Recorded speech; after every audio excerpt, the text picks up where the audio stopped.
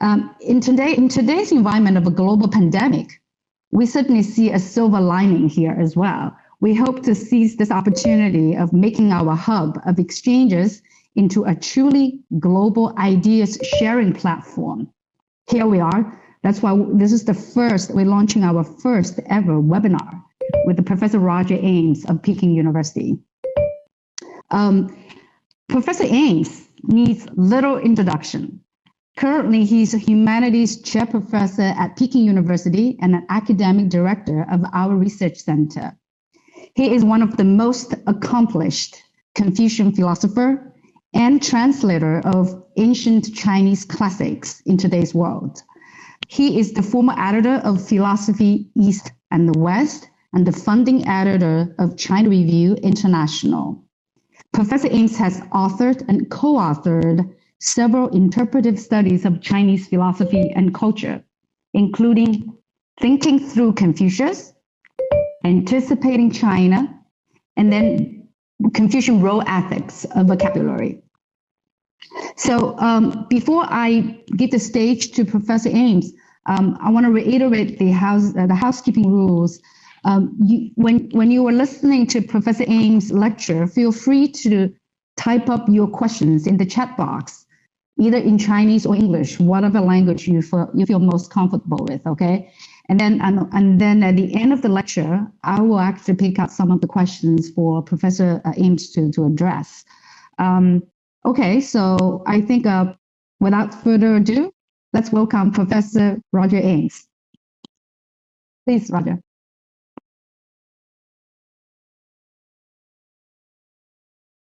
Yeah, you need to unmute. Roger, you need to unmute yourself.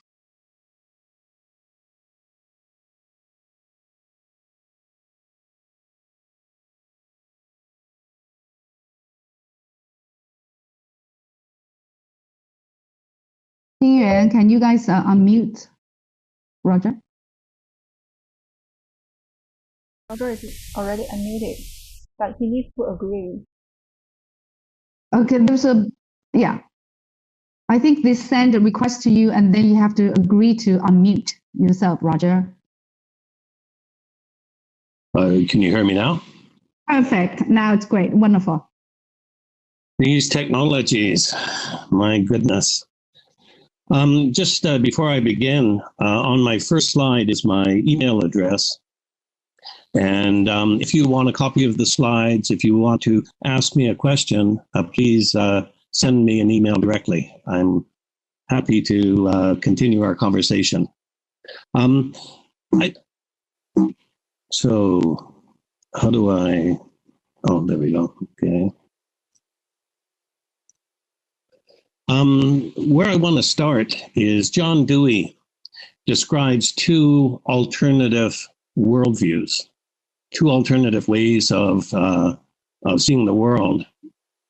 One of them is a one-world ecological way of thinking.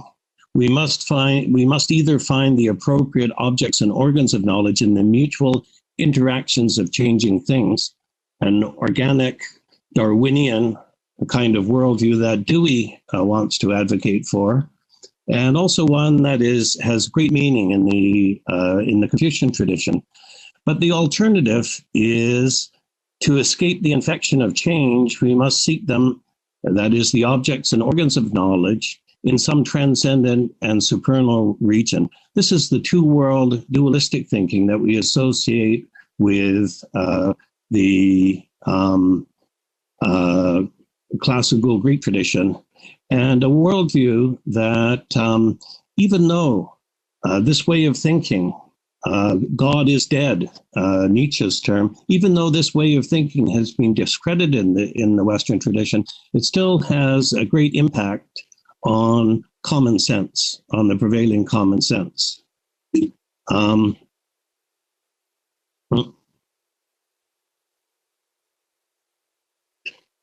So what I wanted to do is I wanted to sort of look at that two-world cosmology of classical Greece, where the starting point is a single-ordered divine universe governed by natural and moral laws, ultimately intelligible to the human mind. this is a world of things. This is a world where noun has privilege.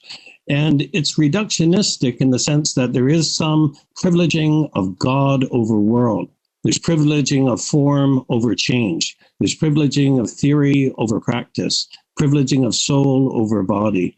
And as I say, even though there's been a sustained critique within the Western tradition, this way of thinking is still very much part of common sense.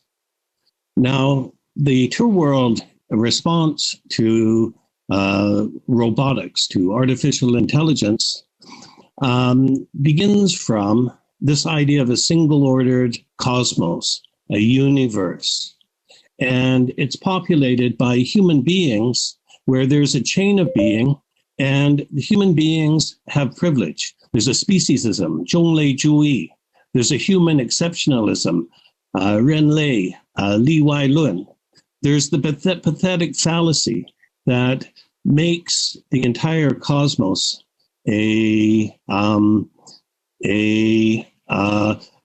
blueprint, a pattern that celebrates the human being and the goals of the human being.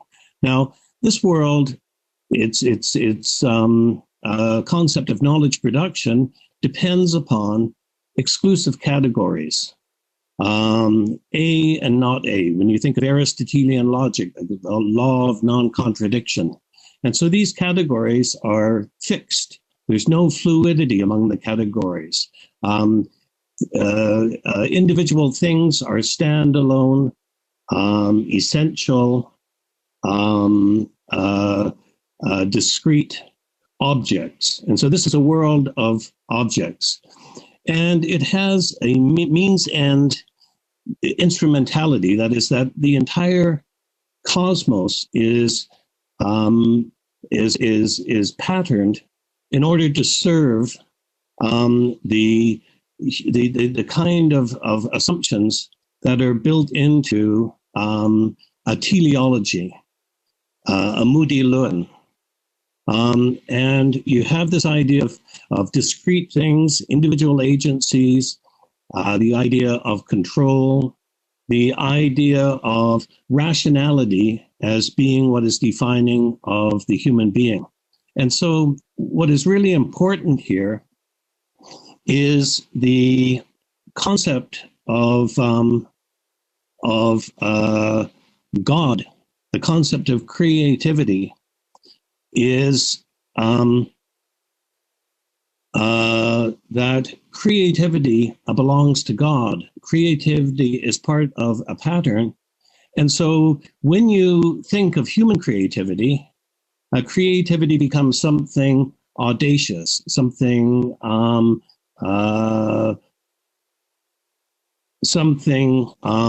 problematic, something immoral. You have this idea of Prometheus, a Promethean conception of creativity.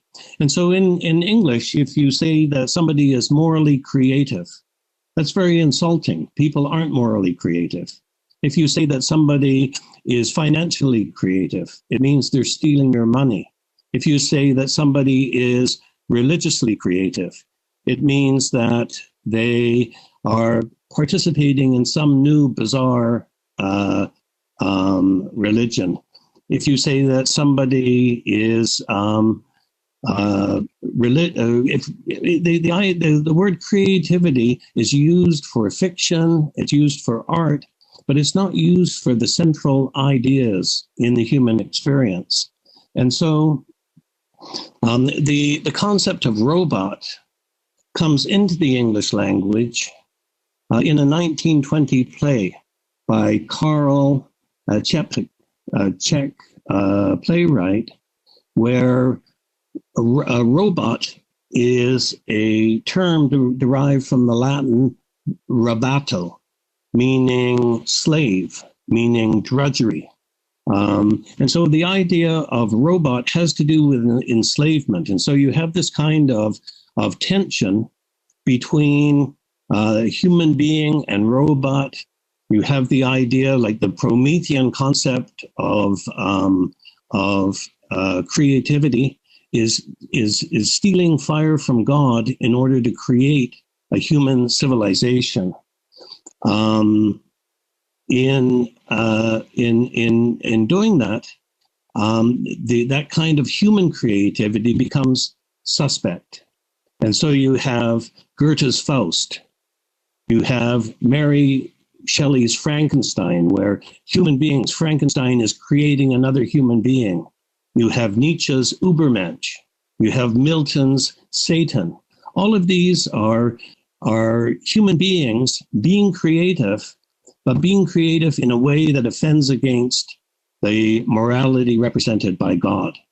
And so this kind of creating a kind of technology that is rational, where rationality is the defining feature of the human being, becomes problematic in some important degree.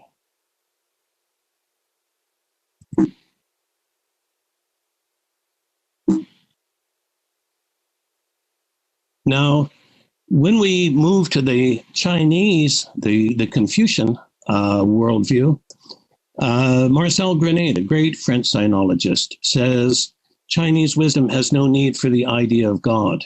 Tang Juni, 中国民族无含超越意义的天的观念 that in Chinese it's 天与地天与人是分不开的. And so you have the alternative to this two world way of thinking is the one way world. Joseph Needham, Chinese ideals involve neither God nor law. Thus, the mechanical and the quantitative, the forced and externally imposed, were all absent. There's a one world, not two worlds. And so when we look to the articulation of a Confucian worldview, it doesn't matter if we're talking about the Confucian tradition, if we're talking about the Taoist tradition, the Buddhist tradition, we have to go back to the I Ching, and particularly the Dazhuan in the I Ching, that makes explicit a way of thinking that is the interpretive context for reading texts in this tradition. And when we look at the term I Ching, I in I Ching, Book of Changes, the word changes is very ambiguous because there's many different kinds of changes. There's 变化, 迁改, 更换, 革替, and many, many more. And so when we ask the question, what kind of changes is the Book of Changes talking about? It's talking about the commentaries associate I with li I de I. And so that the I is a kind of change that is adding, that is benefiting, that is increasing. And then Guo Moreau suggests that I, in fact, is a abbreviated character for zi, meaning gifting, giving, transacting. And so the wisdom of the I Ching lies with the idea that the human experience is not lived within our skins. We're not individual. We're not discrete individual human beings. We are everything that a human being does, physically, intellectually, culturally, is transactional, is in association with other people, in association with the natural world.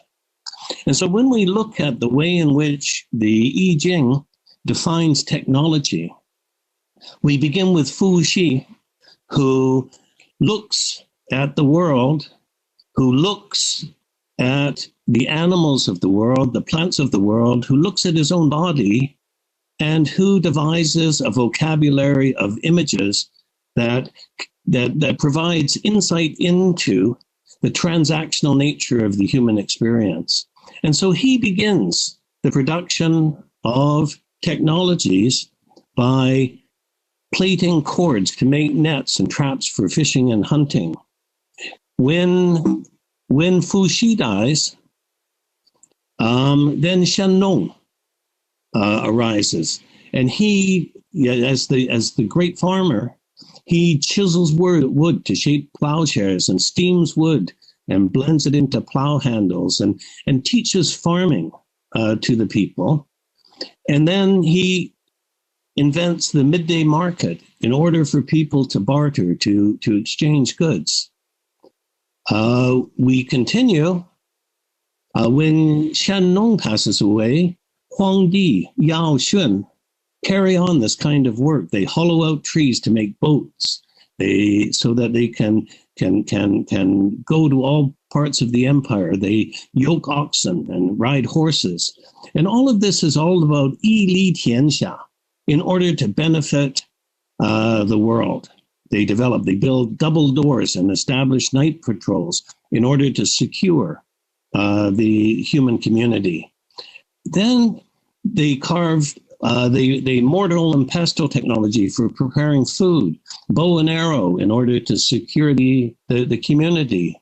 They build housing technologies. They build outer and inner coffins in order to take care of burials. And eventually, they develop writing and documents.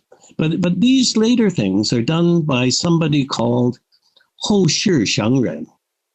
So who are the Hou Shi Xiangren? What I want to suggest is that Hou Shi Xiangren is a term that is as applicable today as it was in the I Ching, that we continue to create these technologies, and these technologies have to be consistent with the concept of Shangren, the concept of sage. So subsequent sages are alive and well in our universities today. Now, Tang Juni, in reflecting on the this Confucian cosmology, he says that when Chinese philosophers talk about the world, they're talking about the world in which we're living. That apart from this world, there's no second world. It's not even this world or a world. It's worlding. It's a process, an organic process of which we are an integral part. And so this technology that was being developed by the sages in the Book of Changes really has to do with the human being coordinating the human experience with the natural world in an effort to optimize the creative possibilities of this world. How can we get the most out of the human experience? And Tang Juni goes on to talk about how this Chinese cosmology embraces change. It doesn't deny change like the classical Greek. It doesn't privilege a perfect God, an unchanging God. It doesn't privilege form. It doesn't privilege something that is static and unchanging. But what it does is it privileges life. That the cosmology is 一种流行, 一种动态. That is 一种国强. It's a process cosmology, and there is no, apart from that, there is no underlying substratum. And so this one world response to artificial intelligence, a Confucian common sense, really doesn't have to sheng or zoren. It has to do with human becomings, 学以成人. It has to do with the recognition of the interdependence of human beings, 基于理 or 理人. It has to do with the value of deference, 中恕之道, the idea that the only way that we can grow our relationships as human beings is by deferring to other people, by deferring to our natural environment, the environment that gives us context. And so the prime value, if the prime value in the classical Greek tradition is this concept of being in itself, something that is static and unchanging, that is real, then the prime value in this tradition is the notion of sheng, is the notion of life. And so in the I Ching, we have this wonderful, this beautiful passage that says, 天地之大德曰圣, that the greatest capacity, the greatest virtuosity of the cosmos is life itself. And so it's a shang shang bu xi kind of cosmology that is defined, that is explained in terms of bian tong, persistence in change, that is explained in terms of qi yong, in terms of the mutuality of forming and functioning. And so in this world, there are no things. Human beings are not things. We're events. We're 事件. And everything in this world is defined in terms of its context. 一多不分管. That a person is both a unique person and is also defined by their relationships that constitute them in their relationships with other people. And so this way of thinking, this kind of a worldview, is an inclusive worldview. It's a holistic worldview. It's unbounded. It's aspectual in the sense that God and world are separate, but Dao and Wanwu are just two different ways of looking at the same experience. When we talk about a person as in terms of Ti Yong, it's non-analytical. You can't separate the Ti from the Yong. That the Ti has to do with the physicality, the intelligibility. The Yong has to do with the creativity. It has to do with the vitality. It has to do with the imagination. And so Ti Yong are not analytic categories. They're aspectual categories. This is an ecological a cosmology, an organic cosmology, a vital cosmology. And so these kinds of expressions like 天人合一, 天人相应, 天人感应, it's not about putting two separate things together, because everything is part of an inside that has no outside. 有一个内在而没有一个外在. And so the idea of 天人合一 is all about this notion of du. How can we get the most out of the relationship between the human being and the world? How can we optimize the exchange, the interface, the resonance between the human world and the natural world in which we live our lives? And so this in this worldview, human culture is not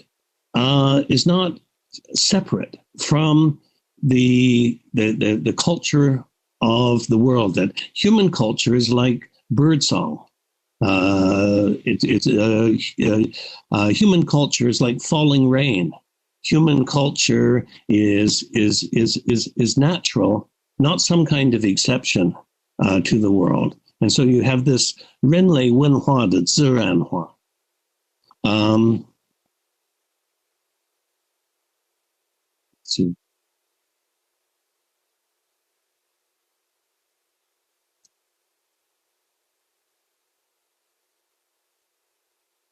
And so instead of the teleology that is so important in the classical Greek tradition, what you have is you have this notion of Zhong and He.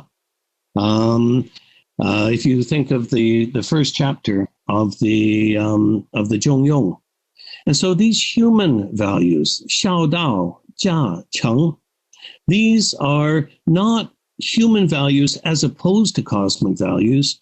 These are human values that are integral to the cosmic order. The notion of Zhonghe is not harmony, not balance, but this idea of an optimizing symbiosis. 优化最大化工商体系. And so when we think of this idea of xiao as the prime moral imperative in the Confucian tradition, the Xiao Jing says, 夫xiao de之本也, 教之所有想也. That xiao is the basis of education in a world that takes life as its prime value. then growth is the goal. Growth in the human experience is education. Growth in the human experience is morality. That morality in a Confucian world is quite simple. Morality is the 中恕之道 is how do I grow my relationships with other people? I do it by deferring to them, understanding their needs, their values, and trying to find the most productive relationship I can with them. And so this concept of xiao has been so important in the Confucian tradition in terms of the intergenerational transmission of the cultural tradition. That what is distinctive about this Confucian tradition that makes it different from the way in which, if you think of ancient Greece and modern Greece, the relationship is very thin.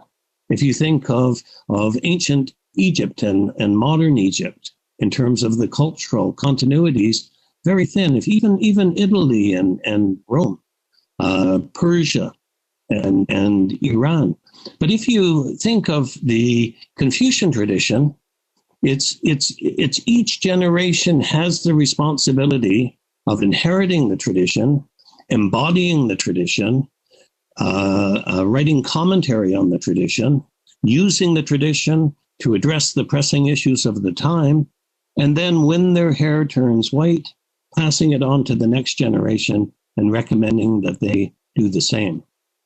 And so this idea of family is a hugely important value in the Confucian tradition. It's the entry point for developing ourselves in terms of our moral competence. And so when someone asks Confucius, why aren't you in government? He makes a distinction between Jiangfu and Xingjiang. He says, I don't need to be in government. I'm in following Xiao and Qi. I am Xingjiang. I'm governing. That governance itself comes from comes out of the family. There's a Yan Fu, the great translator of Western, of Huxley, of John Stuart Mill. When he looked back on 2,000 years of imperial China, he said that if you want to talk about social and political order are 30% government. They are 70% jiazu, shizu. It has to do that the human family is a hugely important factor in the way in which governance is accomplished within this Confucian worldview. And so these ideas of xiao is not simply a human value.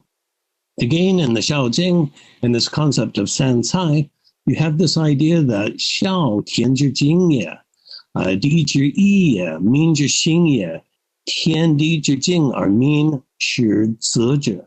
Now, the idea of modeling is not imitating, it's not replicating, it's not that we're following the way of nature, it's that we're coordinating. When we model something, in the Analects it says, dang ren, rang yu shi, that in being ren, you don't yield even to your teachers.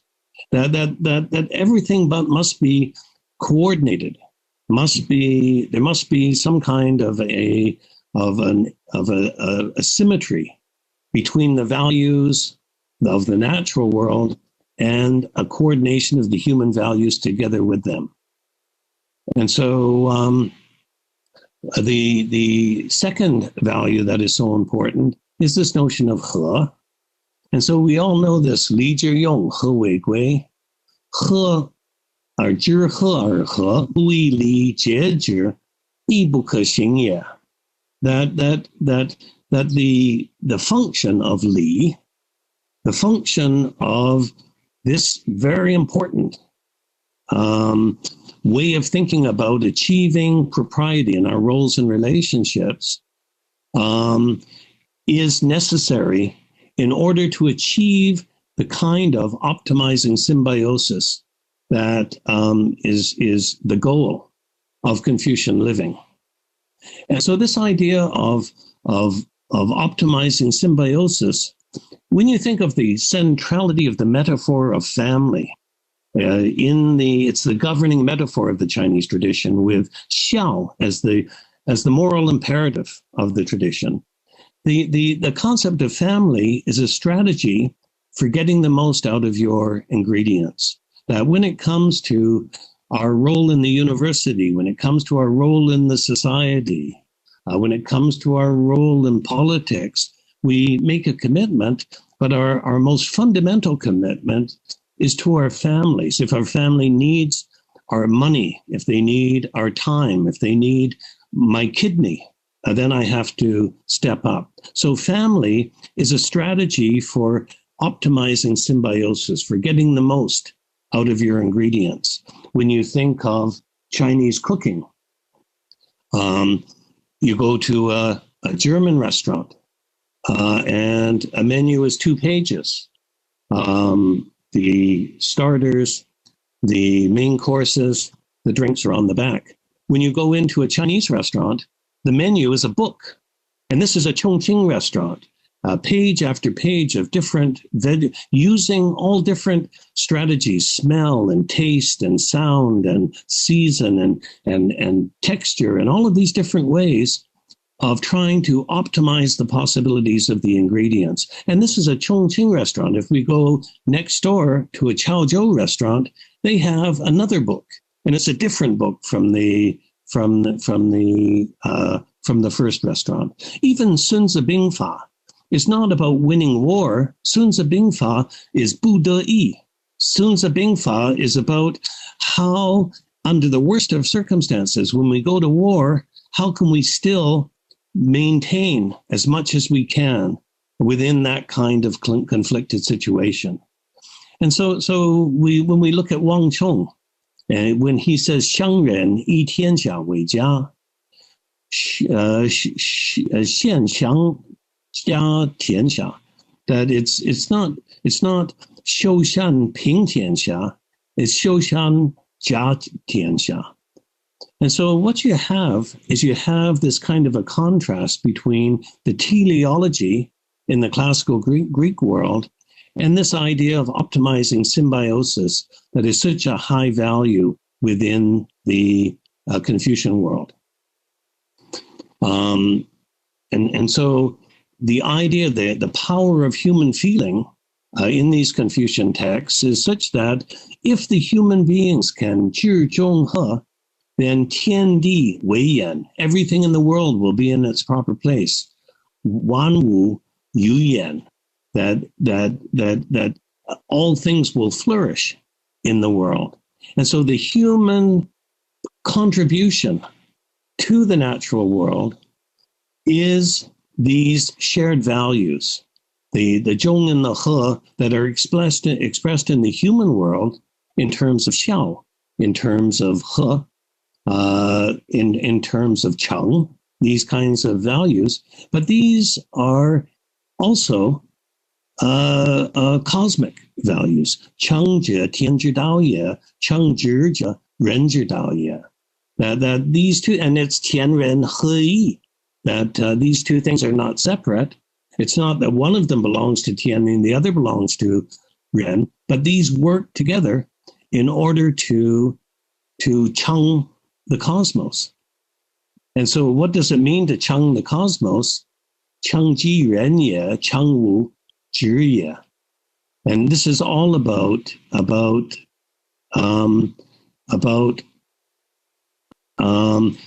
how the human being, in creating ourselves or also creating the world, if we can achieve in terms of du, in this Tianren He relationship, if we can achieve this kind of consummate humanity that is represented by Ren, then at the same time, what we're doing is we're creating wisdom in the world. Chang Wu Zhi.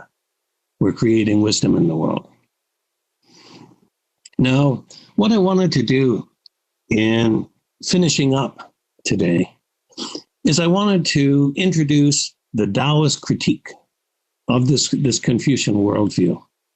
And so there's a wonderful story that is told in the Zhuangzi, where Zigong is gone south to Chu and he's coming back home to Lu through the state of Jin, and he passes the south bank of the Han River and he sees an old man working in the field. And so the old man is using pails in order to carry water to the field in order to grow his crops. And so Zigong wants to help him. And so he tells him about this new technology, this thing, the Diao Tong Gan, this well sweep, a way of lifting water out of the river and carrying it over with a pole and putting water into channels that will water the field. And it's, Zigong is thinking that he's really helping this man. The farmer gets really angry, and then he laughs and he says, "What I've heard from my teacher is that those who use these kinds of contrived technologies are sure to bring such contrivances into what they do, and those who are contriving what they do are sure to harbor a contriving mind." And so he's worried about this idea of qi xin. If one harbors a contriving mind in one's breast, the pure and the simple are gone. The spiritual life is unsettled, and you become something that offends against the proper way of things. And so he's saying that Dao Zhi Suo Zai Ye, that if to the extent that technologies create the human experience in a way that is not consistent with Dao, with the proper way of things, then what we're doing is technology is offending against the kind of values that human beings share with the cosmos. And so what we want to do, and I'll finish up here, is that the Taoist critique on the Confucians would say to the Taoist, you're not understanding what we're talking about. We're talking about an optimizing symbiosis. We're talking about li, about ritual propriety. We're talking about xiao, about family reverence. But what we know historically is that very often Confucian morality is inclined to routinize and to a kind of ossifying formalism and becomes oppressive. That this notion of xiao has to have zhengjian as part of it. It has to allow the younger generation to remonstrate. It has to allow the minister to remonstrate with the ruler. But very often, xiao becomes a concept of blind obedience. Ritual propriety, li, is a wonderful, a beautiful idea, but very often it can become something that is oppressive, a kind of dogma, a social dogma that doesn't allow for the creativity that is essential to the concept of li. And this idea of an optimizing harmony, an optimizing symbiosis, very easily becomes simply the forced absence of dissidence, becomes a kind of it becomes he hua, the harmonization of the human experience. 知和而和，不以理解之. And so if we're not using li, the creativity, the humanity of li, in order to achieve this optimizing symbiosis, then all we're doing is we're creating a world that is absent of dissonance. And so the Taoist critique is really cautionary that on the one hand, we can advocate for these Confucian values, but at the same time that we have to worry that these values really live up to the idea of 后世生人, that in the creation of our technologies, that we these technologies are in service to 义利天下, are in service to the world itself. I'll stop there. Thank you very much. Great, thank you, thank you, Professor Ames. It is really an intellectually rich lecture. I think in Chinese we would say 好烧脑啊. Anyway, so let me start with a couple questions, and then I noticed that there were some questions in the chat box already. So Professor Ames, you talked about the Confucian outlook to the world is this concept of like a one world. There's no duality that's recognized, right, in the conception, the Confucian conception. So does it mean that? I'm sort of extrapolating. I don't know if that's a correct understanding. Does it mean that there's no sharp distinction between humans and then the sort of the objectified nature, and we are in one? And then so if we extend this logic a little further, there's no sort of sharp distinction between human and the artificial beings per se. So in a way, we are all in the same kind of a web of relationships.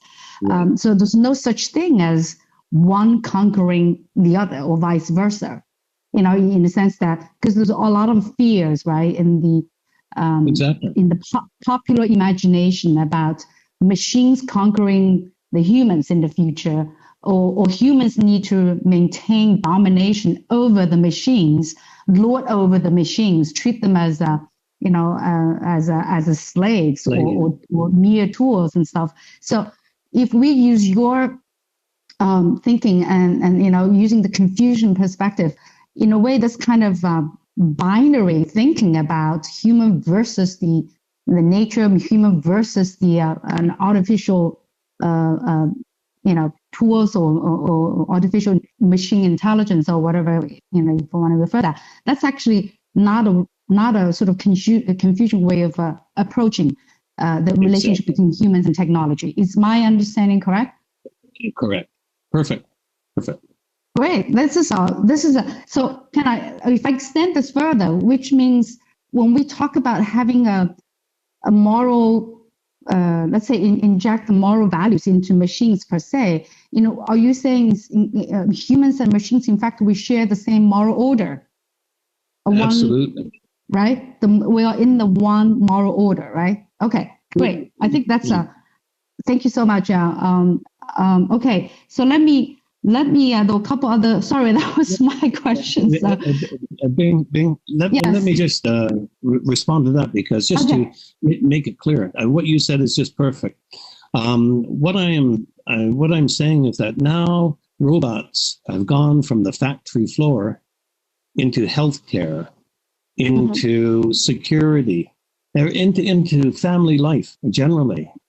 And so if we can make sure that this kind of new technology is consistent with human values that are cosmic values, then this robotic serves a positive end. If these robots, so they are our collaborators in creating a world, just like in the world of the I Ching, Shen Nong and Fu Xi and Huang Di and so on, were creating technologies that elevated the human experience. So these technologies that we're creating elevate the human experience as long as they serve the values that are defining of the cosmos. Great, thank you. So we actually have a number of questions coming through. So let me start with one. There's a question posed by Andrew. In Chinese, it said 儒家如何看待人工智能？人的自由意志到底存在吗？ In English, how does Confucianism treat artificial intelligence? How does Confucianism look at the artificial intelligence?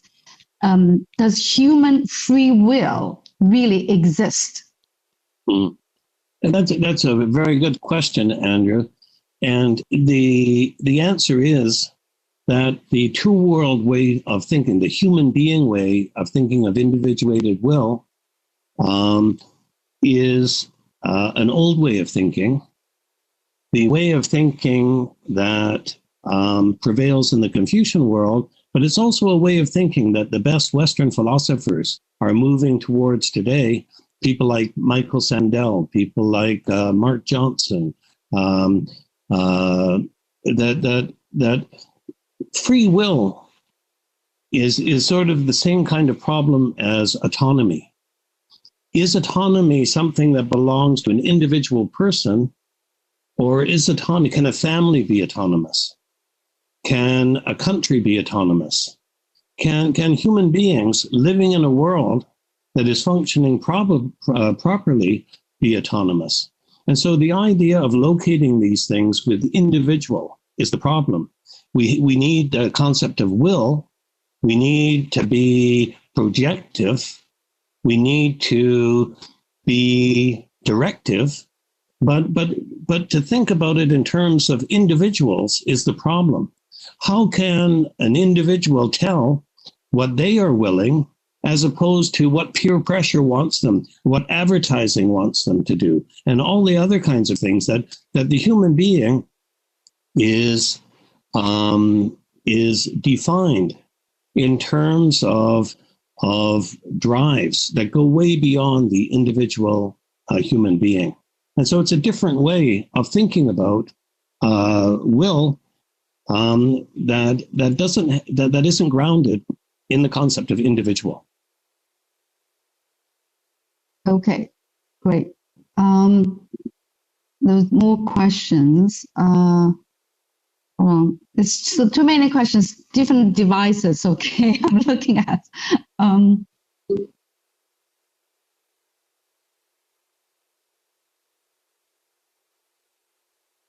Okay, so there's a question from there's a question from Agnes. I'm not entirely sure whether or not we get the questions right. Okay, the Agnes question is, I am curious about how Chinese philosophy would respond to possible worlds. Agnes, if you are online and you're able to clarify what your questions are, when you say possible worlds, what you're referring to? Worlds meaning different, the worlds influenced by different cultural values, or worlds of different beings? I don't know what you're really referring to, but the question is how Chinese philosophy would respond to possible worlds. Agnes, are you on the line?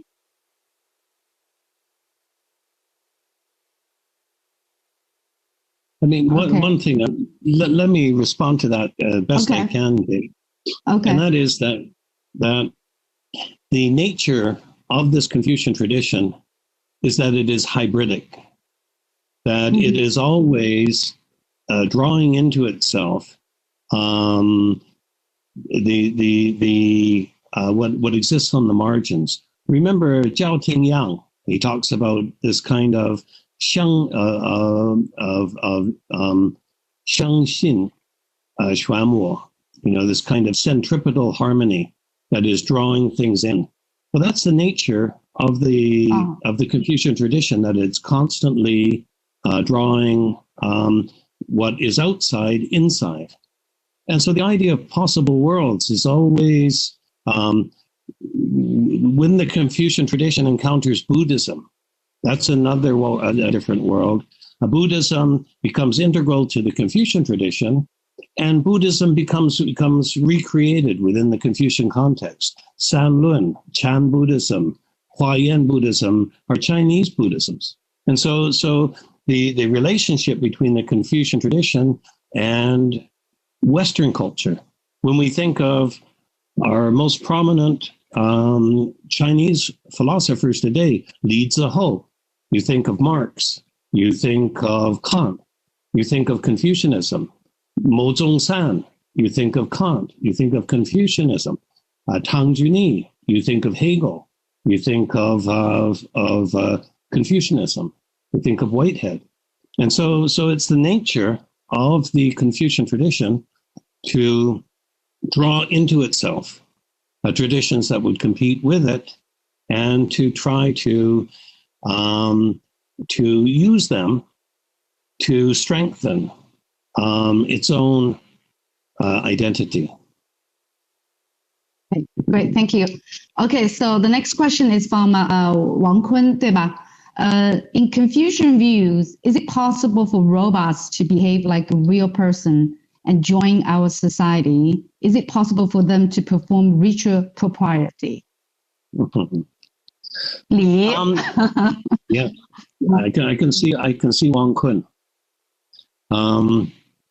Yes, I think so. I think that, in fact, if we are going to pursue robotic technologies, and if Li are really the governing human values, then we have to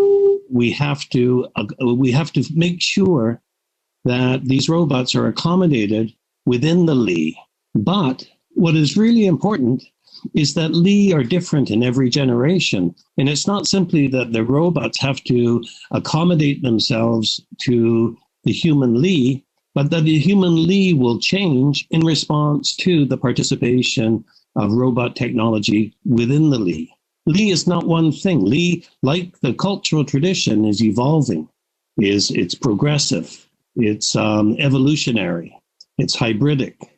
And so I think it's very important that, and the Confucian culture is inclusive. But what we have to do is we have to be sure that the kind of technologies, that's why 知行合一 is so important, is that the kind of technologies that come out of our practices have to make our practices more intelligent, have to make our practices more compassionate, have to make our practices of service to the world. And so that's the point, that the robotics have to be accommodated within this idea of Li. Very nice question. Thank you, Wang Kun. Great, thank you. Okay, the next question is from Wang Yan.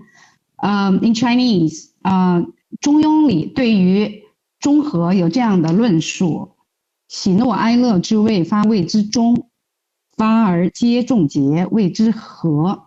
如何用您刚才提出来的 optimal harmony? I believe Roger mentioned the optimal symbiosis. I guess that's the word that I guess Roger used. 如何用您刚才提出的那个 optimal symbiosis 来解释 I think very considerate of Wang Yan, in fact, or he or she, I don't know, okay, put the question in English for us as well. So the doctrine of Ming explains harmony in this way. Before the feelings of pleasure, anger, sorrow, and joy are aroused, it is called equilibrium.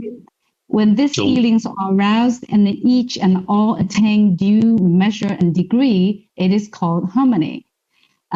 How is this explanation similar to your explanation of optimal symbiosis? I think what that passage in the Zhongyong is saying is that human feelings are a powerful force in the cosmos. That we don't want to like in this Confucian tradition, human beings are 天地之心. That human beings have the capacity and the responsibility to pei tian, to be co-creators, to be sancai, to be co-creators with the cosmos. And so we have to step up and recognize the power of human feelings, and try to use those human feelings in such a way that they enable the entire cosmos to flourish. And so I think that the the Zhongyong, the first chapter is all about Tianren Heyi and how do we get the most out of that relationship. In that respect, it's the same as I Ching. How do we get the most out of the collaboration of the human being and the world around us? Okay, so just a quick note for everyone that it's already 12:09, and because we started about 10 minutes late, so that's why obviously this is a little overrun, but we will continue for a while while more questions coming through. Okay, so if I have some other urgent matters to tend to, we would understand. You may have to leave, but I just want to let you know that because we started late, we may actually continue for a while. So, okay, this question from Yi Ran吧叫, okay. I would love to hear your opinions on whether machines can have or be taught with human values.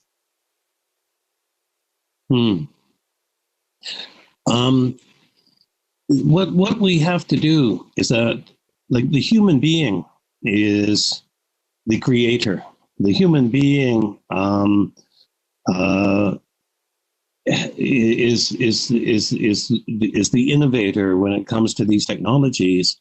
And so what we have to do, it's not that they have human values, but they have cosmic values. That's the point that I'm trying to make, that we have to create our technologies in such a way that they serve the function of a flourishing cosmos.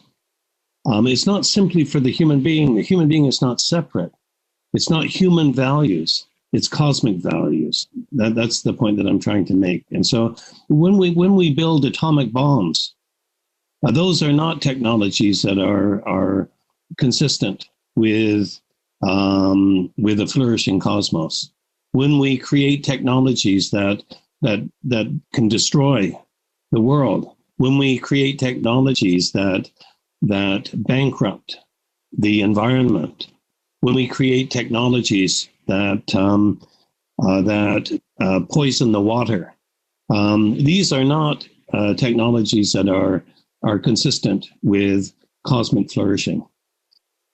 The real problem that we have is what the Confucian tradition recognizes is that any particular situation is going to be specific. It's going to be, you're going to have to make determinations on the basis of the specificities of any situation. And so the Confucian tradition can't give a rule book. It can't say this is right and this is wrong. So what it does is it gives us these kinds of modalities, the idea of optimizing symbiosis, the idea of constantly going back to the idea of flourishing. The technologies are form. The idea of optimizing symbiosis is the idea. And so we have to constantly reform the form by going back to the idea. Okay, great. The next question is from Kongke. Okay, this is I'm learning new words along the way as well. Human being and AI have different biological functions and structures. They may optimize symbiosis in different ways. Do you think, is it possible for AI to share the same moral values as human beings? I guess this is yet another question on along similar themes. It's a question clearly on everybody's mind. Yes, maybe Roger, you can have another go again. Yeah. The way that I would approach this is I would say that what we don't want to do is we don't want to say nature has these values, human culture is artificial, and the human being is an exception to nature, and therefore do the technologies have to have human values? What I want to do is I want to say that Confucianism doesn't respect that kind of fragmenting of values. What Confucianism wants to advocate for is that there's a way of being in the world for everybody, including our technologies. The Book of Changes gave us examples of the technologies that were created in their time. And those technologies, by and large, the idea of the written word, the idea of transportation, the idea of a security in the community, the idea of how to prepare food, all of these have served us well. And so what we need to do is we have to make sure that the kinds of technologies that we developed are consistent with these cosmic values. We know how to cook. We know how to cook dinner. I mean, I think the example of the Chinese menu is perfect. That what we're doing there is we're cooking food, but we have to have the same kind of values when it comes to producing our technologies. For example, in one of the high values in a Confucian world is the notion of shell, is taking care of the older generation. That's a value as an old man that I like very much, But to the extent that these technologies can take care of old people, can make their lives more comfortable, can make them, can give them some happiness. This is good technology. Okay. So I have a question from Colin. Any thoughts on the aesthetic value of I Ching? I think that's the difference. Like what we have in the two world theory is we have a reductionistic cosmology. So everything is rationalized by a concept of God, rationalized by form, rationalized by what is permanent and unchanging. But in the I Ching cosmology, in the Confucian cosmology, it is fundamentally an aestheticism. That the notion of causality in this I Ching cosmology is that everything is relevant to anything. Nothing is excluded. And so the challenge is to get as much as we can out of everything in producing the total effect. And so it's fundamentally an aesthetic order. This is Whitehead describes aesthetic order in exactly that way. When you look at a painting, you see the painting, but then you look at all of the different details and you see how these specific details come together to create the experience of the Mona Lisa. These specific details, how do they all come together for the totality of the effect? And so that's the challenge that Fu Xi and Shen Nong and these earlier sages faced, and that is how can insight into the nature of life, of the world experience, how can we draw out of those insights the best way of being in the world? So I think the I Ching is fundamentally an aesthetic. Okay, so I think we probably have time for a couple more questions, and then that will be coming to the end of our session. So, okay, then so another question from Andrew. 非常感谢安老师的解答。前面您的引文感觉有点以人类为中心，虽然也需要与自然和谐。这方面儒家和道家是不是差别挺大？与此相关，未来如神一样的智人，看现在的我们，会不会正如我们看原始人和其他生灵一样？I guess it's a question from Andrew. Say, thank you so much for your answers. The quotations and citations you used appear to be a bit anthropocentric, even though you do talk about the harmony with the nature. Perhaps there's differences here between Confucianism and Taoism. Relatedly, I guess that's sometime far in the future, like a godlike super intelligence, machine intelligence, the way they look at us humans, would that be very similar as that we now look at the primitives and then other forms of beings at this point. So, yeah, that's sort of the kind of fears that come with these technologies, the singularity, that play that I talked about by the Czech writer Karl Čapek, who invented the word robot. Eventually, the robots come back and kill the human beings who created them.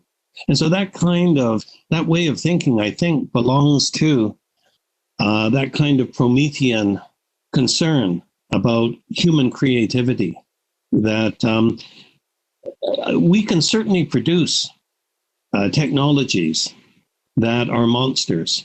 We've done that. The kind of weaponry that we have as human beings, the way in which our technologies are threatening,